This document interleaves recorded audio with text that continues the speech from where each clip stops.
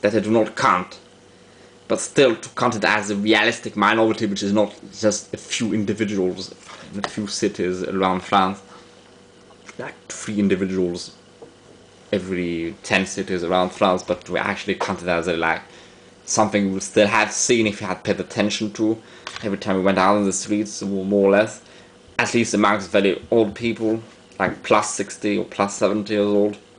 And really, even in the 1940s, even in France, people would, men especially, would not really go beyond 70 usually, max 70. So you might until 1940 have seen old men wearing those, at least I would say older than 50 years old for the men wearing these, that style. But they were far from the majority of them. So even those that were like 70, even those rare ones that were 80 were probably not wearing a collar like that. And then how very few people were that old. So, and then they might just have worn it on the weekend, and so it is even difficult to know. It might have been an old manufacturer. But basically these colors, that style, even then, usually when the double run one, when they are still worn until about 1940, at least in France, they are usually shorter. So even if not as short as that, they might be in between, they might be basically like that height. This is even more likely from before 1920, because it is an imperial color, and that style really by 1920 was dead. And let I once say, the last people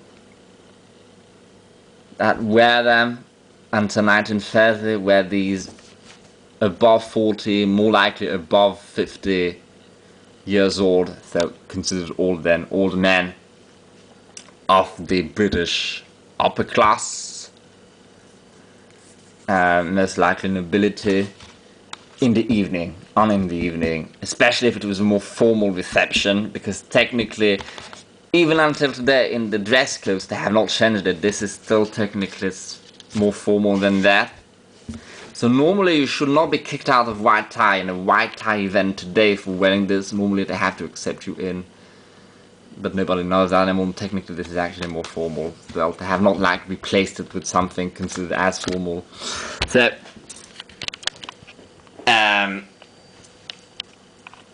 maybe, yeah, probably until 1940 you had the really older men, like think 60 plus, which was really old back then, considered very old, even if not excessively old, because let one say one was excessively old by 70. They might have worn it until 1940. In fact, some of the last British noble or peer diplomats from the peerage of England who were seen wearing them, at least on public events and photographs out there. They usually wore with a frock coat during the day or in the evening with a tailcoat for special state occasions, maybe until like the war ended, 1945, 1940. But these were like the highest member of British society and the oldest members of that highest caste, so not only the upper class but the highest upper class. And they wore it for special state events. They were probably not wearing it by 1940. In such a case, yes, until 1940. After that, they really stopped wearing. So in all likelihood, this dates from before 1920, when with the vast majority of people, even upper class, even old men, except if you think like plus 60, but most men above 60 were not alive. And if they were, they might have been wearing old stocks.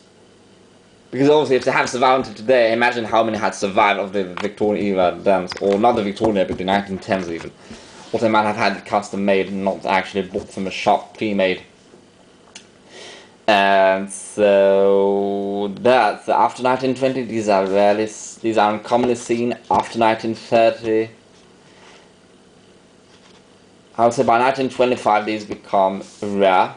And after 1930, these become very rare and are basically unseen after 1940, 45. And when seen only very in Britain in very specific occasions for very specific types, basically just a few individuals. So this, until today, to basically manufacture them the same for white tie, or even for some people for black tie with still like detachable colors.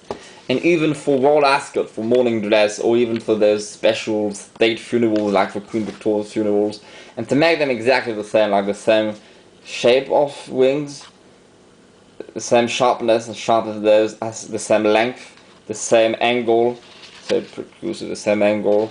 They make a bit of different styles, but basically in that spirit, and a lot of them are just exactly the same, with the same height of the, well, it has no leaf because it is simply a standing collar, so the same height of the collar itself. And they still, as I said, the British at least don't make it vertically the same. Only the British don't make properly detachable collars, or maybe Brooks Brothers. And I think these will very much look alike, and they style them practically the same, at least with Barkers.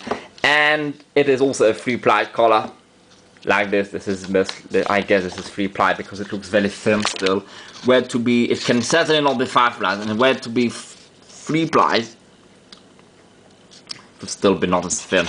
You can see what it will sort of look like with 4-ply, because this, sorry, with that one, it becomes 4-ply. So although there's much, the starch is not as strong, then like not as, does not make it as stiff as that one. Because this is clearly 3-ply, but it is then bended over, folded over there. It looks as if it was a 4-ply. Imagine a 4-ply with a genuine 4-ply bend collar would actually just look like that, but a bit more pressed, and see how thicker it will look than this one. Look like this is, it will look much thicker.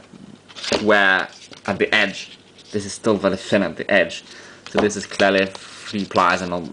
Could be, yeah, you could argue, because this would make, yeah, no, because this would make it 4-plies, not even 5. So basically the 5-ply ones I talked about were probably the thickest ones, and they would have looked even thicker than that, even when it's a standing collar, simply. So imagine if a folded cover, it would have been like 10 plies. Just crazy. But so yes, this could actually be much older. I will not be surprised. I would be surprised because, probability speaking, it seems less like it. Like the hat collars really exactly like that by 1880, but really more by 1885. Because remember, by 1885, they were usually I guess the tallest ones were about as tall as these. This one is like the same height. It's a tad taller, but also it's for much bigger necks, so take that into considerations. But prior to 1885, we had even taller ones, and then they sort of went out of fashion. But the thing is, prior to 1885, they will not be made out of 3-plies, and I know this is 3-plies. Again, very thin, but not thin, and where 2-ply have a starch they wanted to be, it will not be as stiff as that, so clearly this is 3-plies, not more, not less. This is, by the way, this is the original starch. I did not wear that collar, I only tried it on. And this is, I can tell this is the original, I think this is really the original starch. I think they said they might have restarched it. Oh yes, this is the thing, if they restarched it with Barkers, this is why it is not as stiff as that. So it kind of makes it harder to date. And I think this, they told me it was restarched, so basically, because they tried getting that stain off, so they had to launder it, so they sent it to Barkers, but they could not take that away, that stain. Maybe when yeah, so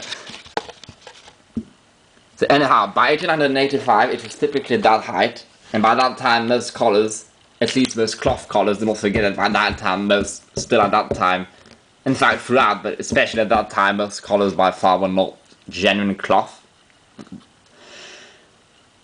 But at least when they were, they could in all likelihood, if they were an imperial style, they would in all likelihood have been that exact style, in the sense that exact same height. Because really by the 1890s they start being higher, especially, but they could also be exactly the same, and in view, and also remain the same. In other words, that style was relatively very popular, or at least popular even until 1920, to make it broad, at least 1918. So it could, especially if it is like between 1900 and 1910, it could clearly be from that year, so it is very hard to date. The markings are practically inexistent in it. The seller put that, so this is not original, this is just like a tag with the price. So I can move, once I wear it I will take it off. But this marking there, I think this number is the old number from the factory that just created the collar. And likely it had never been starched in the day, never had been restarched, or maybe had it been done at home once, and then it was never taken out of the box it had been stored in until that seller found it. and maybe it was dirty, or maybe the starch was not even there anymore. It had